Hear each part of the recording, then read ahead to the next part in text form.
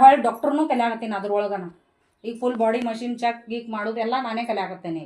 ಯಾಕಂದ್ರೆ ನನಗೆ ರಿಸಲ್ಟ್ ಇಟ್ಟು ಚಲೋ ಬಂದವಲ್ಲ ಇವರೆಲ್ಲ ಹೇಳಿ ಹೇಳಿ ಮತ್ತು ನಮಗೆ ಕಲಿಸ್ತಾರ. ದಿವ್ಸಕ್ಕೆ 3 ಸಲ, ಮುಂಜಾನೆ 6:30 7 ಗಂಟೆ, ಈಗ ಮಧ್ಯಾಹ್ನ 3 4, ರಾತ್ರಿ 9 10 ಟ್ರೈನಿಂಗ್ ಕೊಡ್ತಾರೆ. ಇದ್ರೊಳಗೆ ಯಾರಿಗೇ ಆದ್ರೂ ಏನೋ ನಮಗೂ ಏನಾರ ಇದ್ರೊಳಗೆ ಮುಂದೆ ಆಗಬೇಕು, ಏನೋ ಮಾಡಬೇಕು ಅನ್ನೋದಿದ್ರೆ ಅದಕ್ಕೂ ಇದ್ರೊಳಗೆ ಆಪ್ಷನ್ ಐತಿ. ಹಂಗೂ ಮಾಡ್ಬೋದು.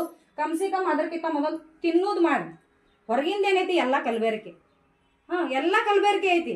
ಏನು ಪ್ರತಿಯೊಂದಕ್ಕೂ ಕೆಮಿಕಲ್. ಏನೋ ಒಂದು ಐಟಮ್ ಹೆಚ್ಚು ಹೋಗಾಕತ್ತೈತಿ ಅಂದ್ರೆ ಕಂಪನಿ ಏನು ಮಾಡಾಕತ್ತೈತಿ, ಅದಕ್ಕೆ ಹೆಚ್ಚು ಕೆಮಿಕಲ್ ಸೇರಿಸಿ ಅದನ್ನು ಮತ್ತಿಟ್ಟು ಇದನ್ನು ಮಾಡಾಕತ್ತೈತಿ. ಹಂಗಾಗಿ ಪ್ರತಿಯೊಬ್ಬರಿಗೆ ಸಮಸ್ಯೆ. ಒಂದು ಏಟು ಹುಡುಗರ್ಲಿತ್ರ ಹಿಡಿದು 8 ಹುಡುಗರ ತನ ಸಮಸ್ಯೆ. ನಾನು 4 ತಿಂಗಳಿಂದ ಈ ಕರ್ನಾಟಕ ಅಡ್ಡಾಡಿ ಕೆಲಸ ಮಾಡಾಕತ್ತೀನಿ. ಅಲ್ಲಿ ಒಬ್ಬೊಬ್ರದ್ದು ಒಂದೊಂದು ಥರ. ಪ್ರತಿಯೊಬ್ಬೊಬ್ರದ್ದು ಒಂದೊಂದು ಥರ ನೋಡಾಕತ್ತೀನಿ.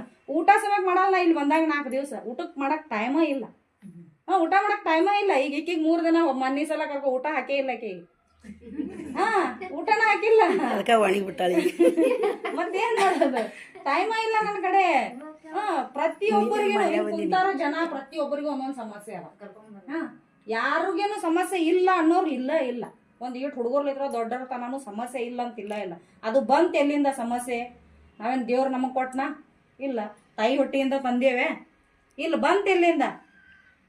ಈಗ ತಿನ್ನಾಕತ್ತಿ ಹೊರಗಿಂದ, ಅದೇ ಅಲ್ಲ. ತಿನ್ನೋದು ಅನ್ನೋದ್ರ ಹತ್ರ ಅಲ್ಲ, ನಾವು ತಾಯಿ ಹೊಟ್ಟೆಲಿತ್ರನೂ ತಂದಿಲ್ಲ. ಮ್ಯಾಲ ದೇವ್ರನು ನಮಗೇನು ನಿಮ್ಗೆ